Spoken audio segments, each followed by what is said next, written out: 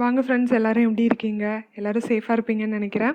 இன்றைக்கி உங்கள் கூட கிச்சன் டிப்ஸ் வீடியோ தான் ஷேர் பண்ண போகிறேன். கொஞ்ச நாளைக்கு முன்னாடி கிச்சனில் எப்படி நம்ம காய்கறிகளையும் மளிகை பொருட்களையும் வீணாக்காமல் ஸ்டோர் பண்ணிக்கலாம் ரொம்ப நாளைக்கு, அது மூலமாக பணத்தை எப்படி சேவ் பண்ணலாம், இந்த மாதிரி ஒரு வீடியோ ஷேர் பண்ணியிருந்தேன். அதோட கண்டினியூஷன் பார்ட்டு தான் இது. வாங்க இப்போ நம்ம வீடியோக்குள்ளே போகலாம்.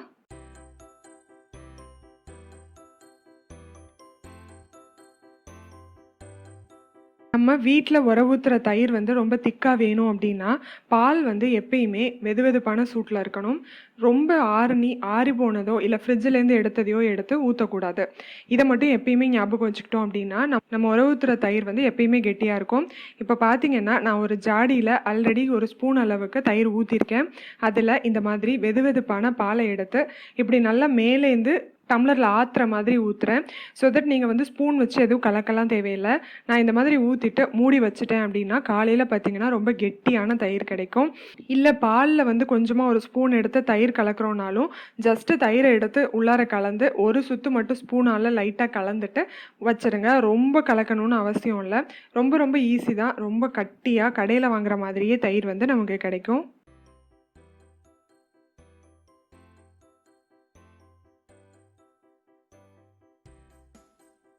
அடுத்தது இந்த மாதிரி ஆப்பிள்லாம் கட் பண்ணி நம்ம ஸ்கூலுக்கோ ஆஃபீஸ்க்கோ எடுத்துகிட்டு போகிறோம் அப்படின்னா அது கருப்பு கலரில் வந்துடும். ஸோ குழந்தைங்க சாப்பிட்றதுக்கும் விரும்ப மாட்டாங்க. அதுக்கு ஆப்பிளை முழுசாக கட் பண்ணுறதுக்கு பதிலாக இந்த மாதிரி 4ஆக வகுந்து வச்சுக்கோங்க. வகுந்துட்டு மேலே இந்த மாதிரி ஒரு ரப்பர் பேண்டை போட்டு அப்படியே நீங்கள் பாக்ஸில் வச்சு கொடுத்துட்டோம் அப்படின்னா அவங்க கொஞ்சம் பெரிய பசங்களாக இருந்தாலோ இல்லை நம்ம ஆஃபீஸ்க்கு எடுத்துகிட்டு போனாலோ இது கருப்பாகிறது தடுக்கலாம். ஆனால் இதுவுமே ரொம்ப டைம் ஆச்சுன்னா கொஞ்சம் லைட்டாக கருப்பாக தாங்க செய்யுது. அதுக்கு பதிலாக என்ன பண்ணலாம் அப்படின்னா இந்த மாதிரி பீசஸாக அரிஞ்சிட்டு லெமன் ஜூஸ் இருக்குல்ல, லைட்டாக லெமன் ஜூஸை எடுத்து இந்த ஆப்பிள் ஃபுல்லாக நம்ம நல்லா கட் பண்ண பகுதியிலெல்லாம் நல்லா தடவி வச்சுட்டோமோ இல்லைன்னா கொஞ்சமாக உப்பு தண்ணியில் போட்டு சோக் பண்ணி எடுத்து அதை பாக்ஸில் போட்டு கொடுத்தாலோ அது கருப்பாக ஆகிறதே இல்லை. அதை சாப்பிட்றதுக்கும் டேஸ்ட்டும் நல்லாயிருக்கும். நீங்கள் இது வரைக்கும் ட்ரை பண்ணதில்லைன்னா ட்ரை பண்ணி பாருங்கள். தேங்காவை ஈஸியாக உடைக்கணும் அப்படின்னா அதை நல்லா தண்ணியில் நனைச்சிட்டு ஒரு 5 நிமிஷம் அப்படியே வச்சுருங்க. அப்போவே ஓடு கொஞ்சம் சாஃப்ட் ஆகும். அதுக்கப்புறம் பார்த்திங்கன்னா மேலே இருக்க நாரை எல்லாத்தையும் பிச்சு எடுத்துடணும். இப்போ ஊரில் அப்படின்னா நம்ம நல்லா கத்தியெல்லாம் ரொம்ப ஷார்ப்பானதாக வச்சுருப்போம். நான் இப்போ வீட்டில் வச்சுருக்க கத்தி பார்த்திங்கன்னா ஷார்ப்பே இருக்காதுங்க. ஏன்னா அது கொஞ்சம் சேஃப்டிக்காக தான் நான் அப்படி எடுத்துகிட்டு வந்தேன். உடைக்கிறதுக்கு முன்னாடி இந்த மாதிரி தண்ணியில் நனைச்சிட்டு மேலே இருக்க நாரெல்லாம் எடுத்துகிட்டு அந்த 3 கண்ணு பகுதியிலையும் கத்தியால் தட்டினோன்னா ஈஸியாக உடஞ்சிரும். 4-5 தேங்காய் வாங்கிட்டு உடச்சி அதை இந்த மாதிரி திருவி வச்சுக்கலாம். தேங்காயை நல்லா துருவிட்டு அதை இந்த மாதிரி ஸ்டெயின்லெஸ் ஸ்டீல் பாக்ஸில் போட்டு ஃப்ரீசர்லேயோ இல்லை பால் வைக்கிற ட்ரேலையோ வச்சுக்கலாம். வேணுங்கும் போது எடுத்து யூஸ் பண்ண சரியாக இருக்கும். இல்லை உங்களுக்கு உடம்பு முடியல, கீழே உட்கார முடியாது அப்படின்னா இந்த மாதிரி உடச்சி ஃப்ரீசரில் வச்சுருங்க. ஃப்ரீசரில் வச்சிங்கன்னா 1 மணி நேரம் வச்சா போதும். இல்லை நீங்கள் ஃப்ரிட்ஜில் தான் வைக்க போகிறீங்கன்னா அப்போ ஒரு நாள் நைட்டு விட்டுருங்க. அதுக்கப்புறம் எடுத்து இப்படி கத்தியால் ஸ்லைஸ் போட்டிங்க அப்படின்னா ரொம்ப ஈஸியாக ஸ்லைஸ் பண்ணிடலாம். 6-7 தேங்காவை கூட நீங்கள் ரொம்ப டக்குன்னு கீறி எடுத்துடலாம். எடுத்துகிட்டு இதை இந்த மாதிரி ஏர்டைட் கண்டெய்னர்லையோ இல்லை ஸ்டெயின்லெஸ் ஸ்டீல் பாக்ஸ்லையோ போட்டு ஃப்ரிட்ஜில் ஸ்டோர் பண்ணி வச்சுக்கிட்டிங்க அப்படின்னா ஒரு 2-3 மாதத்துக்கு அது ரொம்பவே நல்லாயிருக்கு. நான் அதுக்கு மேலே வச்சிடலைங்க. நான் வச்சுருந்தது ஒரு 1.5 மாதம் இந்த மாதிரி வச்சுருந்தேன். ஏன்னா நமக்கு தேங்காவோட தேவைகள் ரொம்ப அதிகமாக இருக்கும். அதனால் நம்ம ஒரு 6 மாதத்துக்குலாம் ஸ்டோர் பண்ணி வைக்க போகிறதில்ல. இந்த மாதிரி ஸ்டோர் பண்ணி வைக்கும் போது பார்த்திங்கன்னா கடைசியாக நான் எடுக்கும் போது இந்த மாதிரி உள்ளார ரொம்ப ஐஸ் ஃபார்ம் ஆயிருந்தது. அதுக்கு நம்ம தேவையான அளவுக்கு தேங்காவை எடுத்து வெளியில் வச்சுட்டு அதில் கொஞ்சமாக தண்ணி ஊற்றி ஒரு 2-3 நிமிஷம் வச்சுருந்தா போதும். அதுக்கப்புறம் நம்ம அந்த தேங்காவை எடுத்து யூஸ் பண்ண ஆரம்பிச்சுக்கலாம்.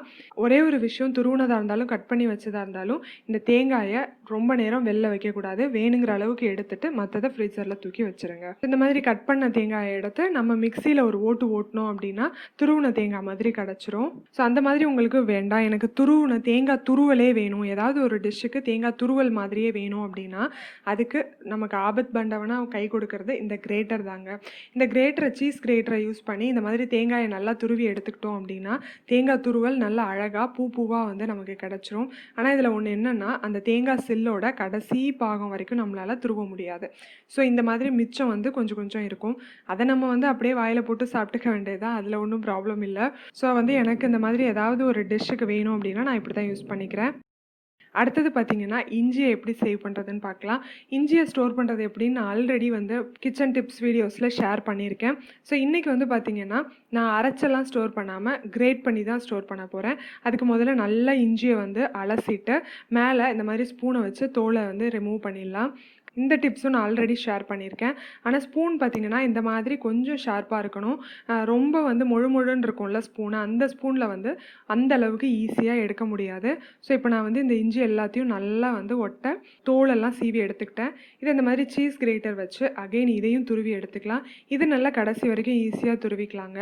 இது இந்த மாதிரி துருவலாக வந்ததுக்கப்புறமா இந்த ஐஸ் ட்ரேயில் வந்து எல்லா க்யூப்ஸ்லேயும் இதை வச்சு எடுத்துக்கலாம். இதை ஒரு நாள் ஃப்ரீசரில் வச்சுருந்தோம் அப்படின்னா நல்ல க்யூப்ஸாக கிடச்சிரும். அதுக்கப்புறம் அதை ஏர்டைட் கண்டெய்னர்லையோ இல்லை ஜிப்லாக் பேக் இருந்ததுன்னா அதுலேயோ போட்டு ஃப்ரீசரில் ஸ்டோர் பண்ணி வச்சுக்கலாம். ஸோ வேணுங்கும் போது இதை வந்து நம்ம எடுத்து யூஸ் பண்ணிக்கலாம். டீ போடுறதுக்கெலாம் இது வந்து டக்குன்னு எடுத்து யூஸ் பண்ணுறதுக்கு வசதியாக இருக்கும். அடுத்தது லாஸ்ட் வீடியோலேயே இதெல்லாம் காமிச்சிருப்பேன். நிறைய வந்து நீங்கள் இந்த மாதிரி கருவேப்பிலை கொத்தமல்லியெல்லாம் வாங்கிட்டு வந்தால் எப்படி வந்து க்ளீன் பண்ணி ஸ்டோர் பண்ணணும் அப்படின்னு. இது என்ன தான் நம்ம வந்து இந்த லீவ்ஸ் எல்லாம் அலசி காய வச்சாலும் அது வந்து உள்ளார வைக்கும் போது கருப்பாயிடுது. ஸோ அந்தளவுக்கு அதை வந்து ரொம்ப நாளைக்கு ஸ்டோர் பண்ண முடியல.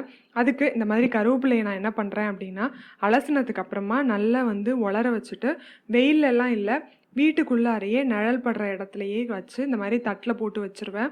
இந்த மாதிரி தட்டில் போட்டு ஒரு 6-7 நாளைக்கு இப்படி இருந்ததுன்னா அது உங்களோட கிளைமேட்டை பொறுத்தது. 6-7 நாளைக்குள்ளே இந்த மாதிரி ஆகிடும்.